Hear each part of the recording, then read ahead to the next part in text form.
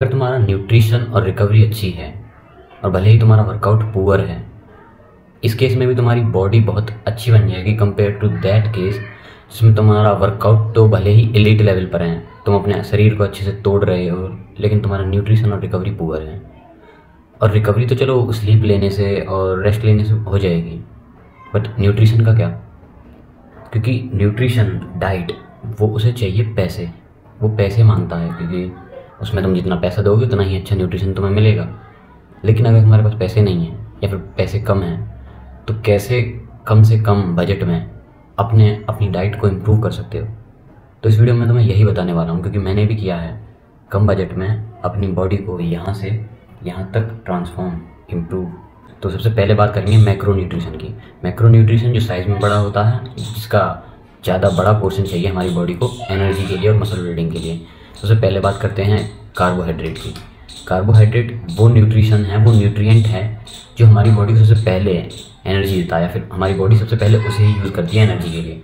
और इसके लिए तुम्हें पैसे खर्च करने की ज़रूरत नहीं है, क्योंकि घर में जो खाना बनता है, इंडियन घरों में जो खाना बनता है, उसमें मोस्टली कार्बोहाइड्रेट्स ही होती हैं। चाहे वो रोटी हो, चावल हो, कोई भी सब्ज़ी हो, उसमें कार्बोहाइड्रेट ही होंगी।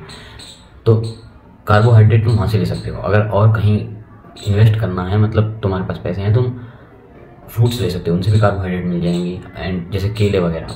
और अलग तुम्हें इन पर कोई भी खर्चा करने की जरूरत नहीं है कार्बोहाइड्रेट पे। नेक्स्ट पॉइंट जहाँ पे तुम्हें पैसे लगाने पड़ेंगे, यानी कि सबसे ज़्यादा पैसे यहीं लगाने पड़ेंगे, वो है प्रोटीन।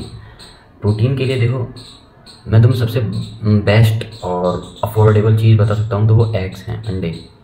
क्योंकि अगर तुम क्रेट के हिसाब से अंडे लोगे ना, एक क्रेट, तो उसमें तुम्हें 6 रुपये का एक अंडा पड़ेगा, और वो 6 ग्राम ही प्रोटीन देता है। तो यानी कि 1 रुपये पर 1 ग्राम प्रोटीन, वो भी अच्छा bio available and high quality protein.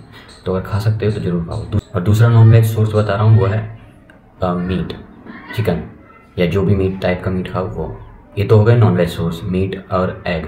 Egg वैसे वेजिटेरियन है या नॉन वेजिटेरियन, जो भी मानना हो मान लो। अब मैं ऐसे सोर्स बता रहा हूँ जो वेज ही कंसिडर किए जाते हैं ज़्यादातर, जैसे कि सोयाबीन, पनीर, दूध। इन 3 सोर्स से अलावा तुम्हें ज़्यादा अच्छे वेजिटेरियन सोर्स नहीं मिलेंगे प्रोटीन के लिए। और अगर तुम कहीं और इन्वेस्ट करना चाहो तो दही वगैरह खरीद सकते हो, लेकिन सबसे ज़्यादा कोशिश करना तुम दूध और सोया पर रिलाई करो, क्योंकि सस्ते भी हैं और अच्छा quality protein and other nutrition भी इनसे मिल जाएंगे। और थर्ड मैक्रो न्यूट्रिशन है हमारा, वो है फैट्स। और फैट्स भी काफ़ी इंपॉर्टेंट है। ये तीनों ही न्यूट्रिशन इंपॉर्टेंट है एक्चुअली। फैट्स में क्या है, वो तुम्हारी बॉडी के हार्मोन को बैलेंस करने में एंड तुम्हारी बॉडी को लंबे समय तक एनर्जी प्रोवाइड करने में काफ़ी ज़्यादा कंट्रीब्यूट करते हैं। लेकिन मैं बात कर रहा हूँ हेल्दी फैट्स की, ऑयल से मिलने वाले फैट्स की बात नहीं कर रहा मैं। हेल्दी फैट्स के लिए तुम्हें क्या खाना है? सबसे पहले तुम ड्राई फ्रूट्स खा सकते हो, पीनट्स खा सकते हो, पीनट बटर खा सकते हो। और अगली चीज़, देखा होगा लोग काफ़ी ज़्यादा वे प्रोटीन और घी को कंपेयर करते हैं। सबसे पहली बात, वे प्रोटीन एक प्रोटीन का सोर्स है, घी फैट्स का सोर्स है। और वे प्रोटीन वाले घी को क्रिटिसाइज़ करते हैं, घी वाले वे प्रोटीन को। देखो दोनों ही अच्छी चीज़ हैं। अगर बजट है तो प्रोटीन में वे प्रोटीन इंक्लूड कर लो, और फैट्स में घी जरूर इंक्लूड कर लो, क्योंकि मोस्ट ऑफ द इंडियन घर में तुम्हें घी मिल जाएगा।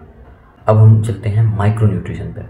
माइक्रो न्यूट्रिशन वो होता है जो हमारी बॉडी को डाइजीज़ एंड अदर इन्फ्लेमेशन इशू और रिकवरी इशूज़ से हेल्प करता है, मतलब उनसे बचने में हेल्प करता है। और हमारी बॉडी के अदर फंक्शन, कई सारे फंक्शन हैं, उन्हें अच्छे से चलाता है।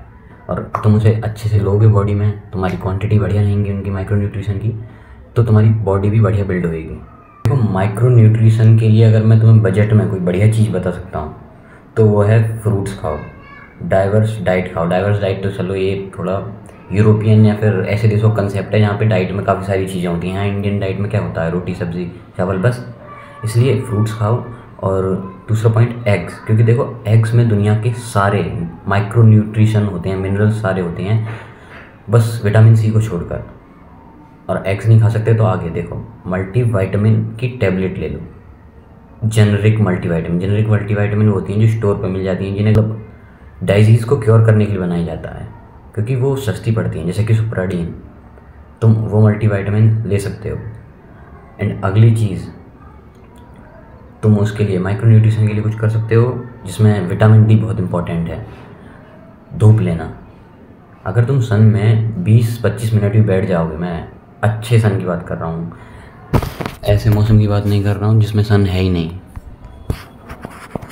जैसे कि 10 से 3 बजे के बीच में अच्छी धूप पड़ती है, तुम उसमें बैठ जाओगे ना 25-30 मिनट, तो तुम्हारे विटामिन डी जो लेवल होंगे ना, विटामिन डी के जो लेवल होंगे वो काफ़ी ज़्यादा हाई हो जाएंगे और उससे टेस्टोस्टेरोन बढ़ेगा, और टेस्टोस्टेरोन बढ़ा तो बॉडी में और भी ज़्यादा इम्प्रूवमेंट होएगी।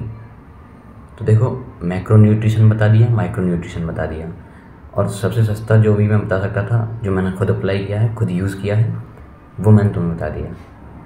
अब जो तुम कर सकते हो वो करो।